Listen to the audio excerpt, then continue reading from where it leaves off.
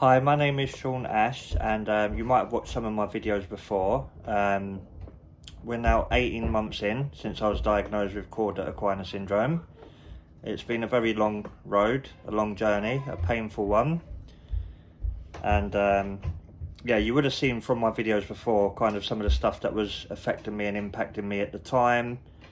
A lot of these things still remain in place today, and one of the things that I really didn't see when I was first diagnosed with this was videos from other people basically showing me how they've progressed after a certain period of time. And you know, because you always look for that bit of hope that maybe something might return, might get some feelings back, you know, especially when you hear good stories from other people, and it gives you hope. And one thing that CES does, it kind of eradicates all the hope that you have, because you kind of feel, you always feel every day that, you know, there's a tiny bit of you that wants something to return, but then there's another part of you that thinks, well, this is it, and nothing's going to come back despite what everyone says to me. I can say there has been some positives. There has been some things that have come back more recently in the last couple of weeks. So basically I self-catheterize. I've been unable to wee for myself. The only thing I do get is stress incontinence. So if I transfer from one place to another, it pushes down on the bladder, it could squish the urine out. But one thing I've been able to do now is actually go to the wee. So it was kind of weird. I had an urgency, I had a feeling in my bladder, and I went to the toilet and I just kind of stood over it, holding on to the sides, because I still don't have balance, so I can't stand without holding something. And literally I just kind of felt a pain kind of moving down towards my genitals, and then the wee just came out, and it was quite a liberating moment. I couldn't feel it, so it's not like the old days where you could feel having a nice wee and you're like, oh, this is nice. I couldn't feel anything, but I could sense that there was some control there, that I enabled that to happen, and I knew that that was done through me. And it wasn't just an accident, or it wasn't stress incontinence, it wasn't pushing down or tensing or anything. I mentally knew that I was letting myself go to the toilet. So I'm still self-catheterizing though, because as you can imagine, there's still urine left in the bladder. It's not used to completely emptying yet. So I still self-catheterize to be on the safe side. Recently I picked up a UTI. So I had a urine infection, and so yeah, so I still have to remind myself to keep drinking lots of water, and that's been one of my downfalls, to be honest with you. I'm never thirsty, so I'm always told that I should drink lots of fluids and stuff like that, and I'm not really drinking as much as I should be. This has been a difficult challenge for me. Again, I'm just never thirsty, and when I am thirsty, I literally have a glass and I'm fine. So I just have to keep trying to prompt myself. And now and again I take the vitamin C, so I take the ascorbic acid every now and again to obviously give it more acid, clear the bladder out. So yeah, so I mean, look, that's been exciting news. So my bladder function a little bit, I suppose you could say, has come back.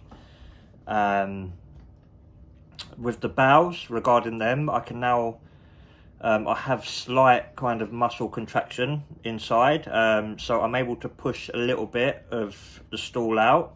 I can't completely empty, but I can push a tiny bit out. So this is a positive. This is something that's come back, and it's only been more recent, so we're 18 months in. So in the last month, I'd say these things have developed. Whereas before that, I was still digitally evacuated. I still am now. I still use the colonical irrigation system, and I still digitally evacuate as well, so I do both. But I do like to try and push myself and just see what my limits are and what I can do. So these have been positive factors, and probably around 6 months ago, well, maybe a bit longer than that, my hamstrings come back. So as you can see, I can do that with my leg, but my feet are still dropped. I still can't feel my feet, so completely gone, but it's like there's nothing there at all. So this is on both sides. So I'm still doing the little exercises where you kind of pull back like that, forward and back. Obviously, because this little muscle back here shrinks, and then you don't want to end up with your foot dropping permanently. I'm able to now take steps with a walking stick. So I'm safer with 2 walking sticks, but I can take some steps with 1. It is hard to balance still, and it's hard, but I can actually do it with 1. Obviously on the outside, people looking in see that and they're like, wow, there's hope and stuff like that. But regarding my body, I still have numbness. I still can't feel, my feet still drop. So it's not like, okay, yeah, I'm walking now, I can feel my feet coming back and stuff like that. There's no developments regarding that. So on the appearance side of things, it will look like I'm doing really well. But actually I've got no balance. I still can't feel my feet. My feet still drop. So all these things are still there. I'm just kind of learning how to adapt to the situation. And but yeah, I think it's been a really difficult journey, and other people going through it will understand. I mean, I've had so many great comments from people saying that they completely get what I'm going through because they're going through it as well. And I'm grateful, but at the same time, it makes me sad that other people are going through this, because it's the most horrible thing in the world, and I don't want anyone to have this, you know? Like, so in a way, it's nice when I hear from you, and I'm like, wow.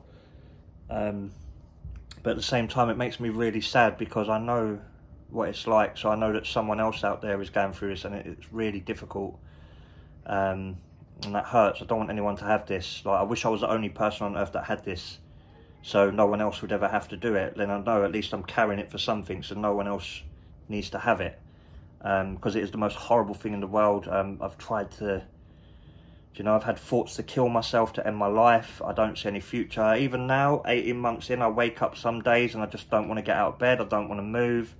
I don't do my exercises. I'm eating junk, you know, I just give up. And I did start smoking again for a period of time, but I've quit that. So I'm like 29 days in now, smoke free.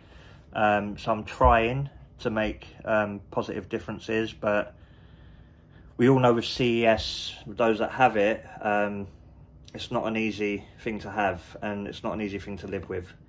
So I'm still sat in my wheelchair at the minute. 99% of the time I am in my chair. I've recently got a vehicle from Motability. I waited nearly a year for it, but it came through with hand controls, so I've recently started driving again. This has been great for my independence. I never thought I'd ever get back out on the road and stuff, so I basically just open my boot. It's got a little button and it opens automatically, so I'm able to open my boot, transfer and sit onto the end of the boot, and then I kind of deconstruct my wheelchair, put it in the boot, and then I'm able to hold onto the car. Boot comes down, and then I hold onto the car going around to the driver's door, transfer in, and it's literally got a push-pull kind of thing. So you can obviously push to brake, pull forward to accelerate. It's got an indicator on it as well. Makes life easier, and a brown ball on the steering wheel, so I can just steer with one hand. So yeah, this has been the last week I've had my car. It's been so liberating. I've been able to get out more, take my children out. Obviously there's been times I've been here and I didn't really have anything to do with the children. I didn't want to go out, didn't want to go to the park, because even going down the road in my wheelchair on the curbs and everything, where they slant in, obviously because the rain has to kind of fall into the gutter, it's really difficult. Those in wheelchair will know that you're literally doing your shoulders in, you're doing your arms in every time, because you're just trying to stop yourself from going into the road. So it's been actually great to have the car. It's been really good. I've managed to go on the motorway. I've gone out to Lakeside. I've gone out to Chatham in Kent. I've done quite a bit of driving around the back roads. I've gone on hills. I've tried to push myself going down roads, and then put myself in situations that I know will be a bit tricky, just to kind of overcome the anxiety and everything. And I've coped and I've managed. And so yeah, so it's great to be back on the road. I didn't drive for 18 months, literally just a period for 1 hour when I was in Stoke Mandeville to do my assessment. That was it, and that was November 2020. So I hadn't been behind the wheel since then. So I was nervous to begin with, but once I got to the dealership and I got the car, I was ready for it. So I was all right. So if you've got CES, I would recommend. And if you did drive before, maybe you didn't drive before and you want to start driving, it's really great for your independence, and it just brings a new kind of a new way for you to live your life and get out there and go to places that you haven't been before. I have found over the 18 months that I have turned more inwards, so I'm isolating myself a bit more, haven't really seen friends much. I kind of stick to myself, I stay indoors a lot of the time. Obviously I go out when I have to, like obviously take the kids to school and stuff, but yeah, I get invited out a lot and I don't tend to go because I get worried about my bowels, I get worried about my bladder, I get worried that I'm going to be stuck in a situation where I can't kind of move, and you know, so yeah, the mental health has been affected massively. I think, to be honest with you, it's not really, not that it's downplayed, but I don't think the mental health aspect of CES is recognised enough. I don't think there's, you know, I'm quite lucky because I work for the ambulance service, so I've been able to access counselling, I've been able to access therapy when needed. I have great support around me at work, but then I kind of think, what happens to those with CES that don't work for the NHS, or you know, that aren't in a supportive job, or maybe they don't work, and you know, like what kind of support are they getting? Are they going to get the same kind of level of, because even though I get this support, I still have really down days and they're really hard to deal with. So I mean, if I go through this, then what are other people going through that don't have the access to therapy and support and stuff? So yeah, so there was a period of time I was getting myself out to the gym, I was going swimming, so I managed to go on one of the pedal bikes. Bit difficult because my feet kept slipping off, so I had a word, they actually got a disabled bike in the end, so I managed to do my cycling and stuff. But and I was doing a bit of swimming, so they used the hoist to transfer me into the pool. I've managed to do a bit of walking under the water because the gravity helped. But yeah, and then I just kind of lost my way a bit. I lost hope, and I didn't, I stopped going gym, I started smoking, I started eating junk, I was depressed, I was shouting at people, I just had enough, you know, I didn't want to live, didn't want to be alive anymore, didn't want to be in this world. And you know, people say, well, but you've got kids, you've got this and that, but they don't necessarily live with what I live with and what I have to go through, so they don't get it, they don't understand. There's times I kind of wish that I died on the operating table and that I didn't wake up from it. But then I have days where I'm actually thankful, and I look at what I have and I look at my kids, and you know, and I'm like, you know, I'm glad I survived. So yeah, it's very mixed. I have very mixed kind of emotions and feelings, and CES will do that to you. It will literally knock you left and right. There'll be days where you have your little victories and you feel great, but there's many days where it literally just stomps on your head, and you know, and that's where the quitting comes in and stuff like that.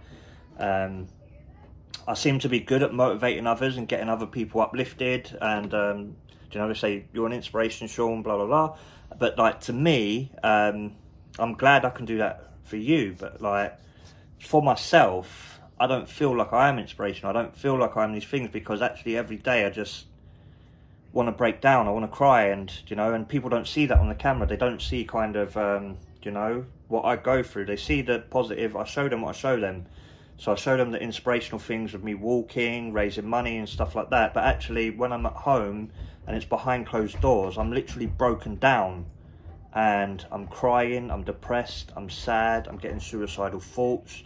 You know, you have arguments with your family, and it's not even their fault. But kind of what you go through, you know, it's like, it's you going through it.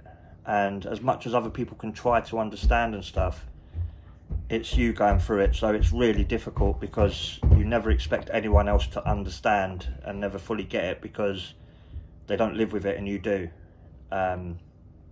So yeah, and I know there's many of you out there that do live with this, and you know, and I get it. I completely understand everything that you're going through. I understand, you know, I understand the down days, I understand the days where you're half all right, you know. But so yeah, 18 months in, there has been some developments. Not obviously, I'm not back to how I ever was. There's a part of me that kind of accepts that I probably never will go back to how I was before, and I'll always be paralysed in my feet. I'll always have some kind of bladder and bowel problem, whether that be getting a UTI or, you know, one day having a colostomy bag or something. Like, all these things always play on my head, that there's always going to be things that either worsen or stay the same.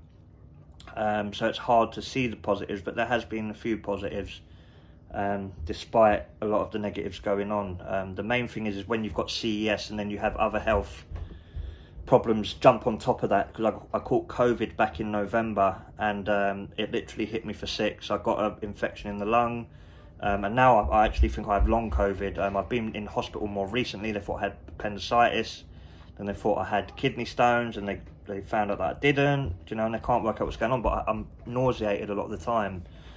So it's hard having CES and living with CES, but then when you have other things jumping on top of you at the same time, it can literally just beat you down. So so yeah, it's really difficult to live with, because I mean, it's hard enough having COVID without CES. It's hard enough having maybe kidney stones or whatever it is that's going on, the nausea, the headaches. It's hard enough having these things even when you don't have Cauda Equina, but having Cauda Equina and these things on top can literally just make you feel like, you know, excuse my French, fuck this, I'm out. You know, I don't want this anymore. I don't want any of this. So yeah, it's a hard pill to swallow. And but yeah, I'm going to try and make some more videos. Hopefully some of them might be a bit more uplifting. Some of them will be very real. I like being real with people, and some people say TMI, you know, it's too much info, blah, blah, blah. But I like to be honest and upfront with people with what I'm going through, because if I'm not getting it out of my system, I'm not telling someone, then it means that I'm bottling it up. And if I bottle it up, then my suicidal thoughts come into play and I get worse. So yeah, I kind of got this kind of, not that I lost my dignity when I was in hospital, because I kind of did, because you're literally laying there covered in shit, piss and everything, and the nurses are just turning you over one way, cleaning, turning you the other way, cleaning, you know, and you're literally just exposed, and like, it's the most degrading thing you can ever go through. I did lose a bit of dignity, so I'm kind of just straight up now. I just tell people straight, you know, like, if I'm having a bad bowel day, I'll just say, look, I've got the fucking shits, I've got bowel problems, you know, and they're like, oh, too much, but you know what, I'm just real. So some of my videos might be negative, and they might bring out a side that you think, oh no, and stuff like that. I don't want sympathy, just want understanding. That's it, really. I'm not looking for pity or anything like that, but I just want kind of people to kind of understand Cauda Equina Syndrome. I want them to understand how it affects people. I mean, I think it's a spectrum. You know, there's some people with Cauda Equina that can walk perfectly fine, they can feel their feet. Then there's some people that are on the other end of the spectrum, they can't feel their feet, they've got drop foot, you know. But either way, whatever part of the spectrum you're on, it's affecting you, you know, it's changing your life. And yeah, I just want more people to become aware to that, really.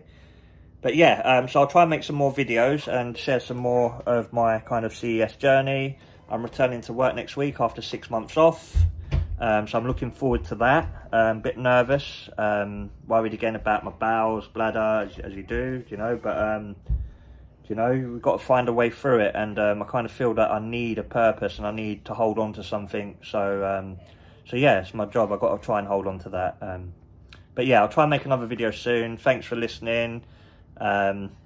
Lots of love to everyone out there going through Cauda Equina Syndrome, as well as everyone going through other spinal cord injuries and different things. I totally understand what you're going through. But yeah, as long as we're all here for each other and we support each other, that's what matters. But yeah, love to you all.